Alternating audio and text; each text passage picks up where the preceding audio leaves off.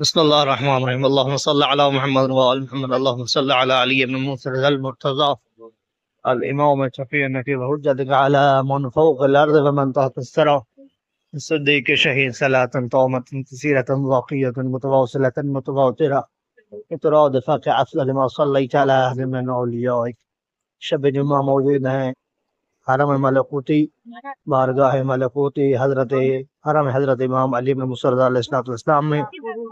آج کی ویڈیو، آج کا ولاگ مسجد گوہر شاد کے حوالے سے ہے.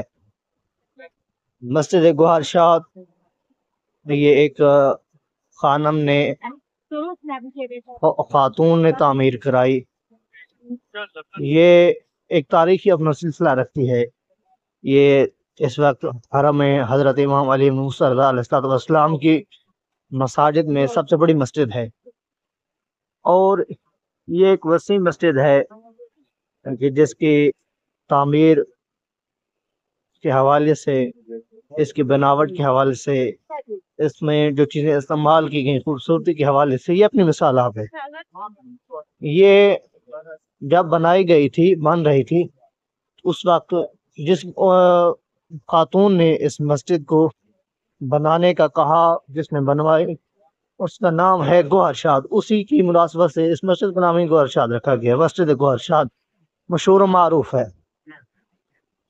جب یہ مسجد بنائی جا رہی تھی، اس خاتون نے یہ کہا تھا مزدوروں سے کہ اس جگہ پر اس مسجد کو بنانے کے لیے وہ مزدور کام کریں کہ جو رات کو نماز شب کے پابند ہوں، نماز شب پڑھتے ہوں. یہی وہ مسجد ہے کہ یہ آپ سامنے ملاحظہ فرما رہے ہیں کہ جہاں پر ممبر حضرت امام مہدی علیہ السلام کے نام سے منسوب ممبر رکھا گیا ہے.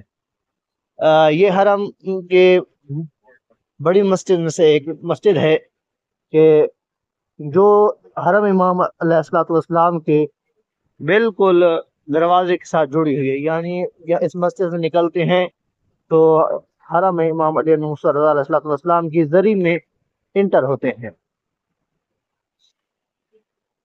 یہاں پر زیادہ تر اوقات قرآن کی تلاوت، مجالس، محافل وغیرہ برقرار رہتی ہیں.